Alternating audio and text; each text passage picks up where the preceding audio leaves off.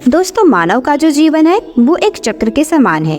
ये जीवन का चक्र हमेशा घूमता रहता है। जिस तरह से जन्म के बाद मृत्यु का होना तय है, उसी तरह से मृत्यु के बाद व्यक्ति को नया जन्म भी मिलता है। आप सभी जानते होंगे कि जन्म के समय एक बच्चे का स्वागत बहुत से रीति रिवाजों के साथ किया जाता है और जब किसी की मृत्यु हो जाती है तब भी पूरे रीति रिवाज के साथ ही व्यक्ति को अंतिम विदाई दी जाती है। लेकिन हर धर्म में अलग अलग तरह से अंतिम संस्कार किए जाते हैं। तो आज की इस वीडियो में मैं आपको बताऊंगी कि हिंदू धर्म में अंतिम संस्कार कैसे किया जाता है। तो दोस्तों, जितने भी लोग अंतिम संस्कार में शामिल होते हैं उन्हें पुण्य की प्राप्ति होती है। इसके साथ ही मरने वाले को कंधा देना भी पुण्य का काम माना जाता है। दोस्तों, जब सभी कार्य पूरे नियमों का पालन करके नहीं किए जाते तब तक आत्मा को शांति की प्राप्ति नहीं होती है। और अगर अंतिम संस्कार पूरे विधि विधान से किया जाता है तो आत्मा के लिए नए शरीर में प्रवेश करने के जो द्वार होते हैं वो खुल जाते हैं और उन्हें स्वर्ग में जगह मिल जाती है। और हिंदू धर्म में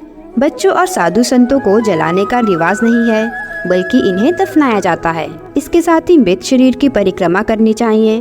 मृत शरीर को जब शमशान ले जाया जाता है तो जो भी कुटुंब के लोग होते हैं वो उस पार्थिव शरीर की परिक्रमा करते हैं। उसके बाद जब शरीर को शमशान ले जाया जाता है तो वहाँ पर जो व्यक्ति अंतिम संस्कार करता है और सारी क्रियाएं करता है वो चिता पर रखी हुई शरीर की एक छेद वाले घड़े पर जल लेकर शव की परिक्रमा करता है। फिर उसके बाद घड़े को फोड़ दिया जाता है।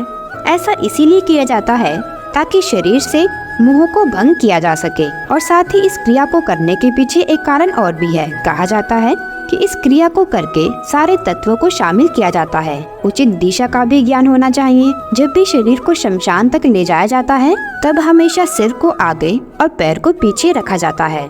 उसके बाद मृत शरीर को विश्राम स्थल पर एक वेदी पर रखने की प्रक्रिया है।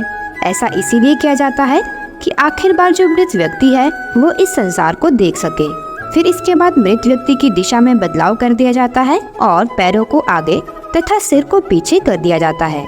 इसका ये मतलब होता है कि अब मृत शरीर को शमशान का रास्ता देखते हुए आगे बढ़ना होता है। फिर जब शरीर को चिता पर लेटाया जाता है तो शरीर का सिर चिता पर दक्षिण दिशा की ओर किया जाता है। जब भी दाह संस्कार किया जाए तो उसे पूरे आदर और सम्मान के साथ किया जाना चाहिए। और जब शरीर को अग्नि दी जाती है तब वैदिक या पौराणिक मान्यताओं का पालन अवश्य किया जाना चाहिए। और दाह संस्कार के बाद जितने भी पुरुष परिजन होते हैं उनका मुंडन संस्कार किया जाता है। इसके पीछे एक कारण है कि इससे मृत व्यक्ति के प्रति श्रद्धा और सम्मान प्रकट किया जाता है। और अंत में दाह संस्कार करने के बाद पिंडदान करना भी जरूरी होता है। तो दोस्तों, आज की इस वीडियो में बस इतना ही। उम्मीद है ये वीडियो आपको पसंद आई होगी। अगर आप रोजाना ऐसे ही इंटरेस्टिंग तथ्य जानना चाहते हैं तो हमारे इस YouTube चैनल को सब्सक्राइब अवश्य कर दें।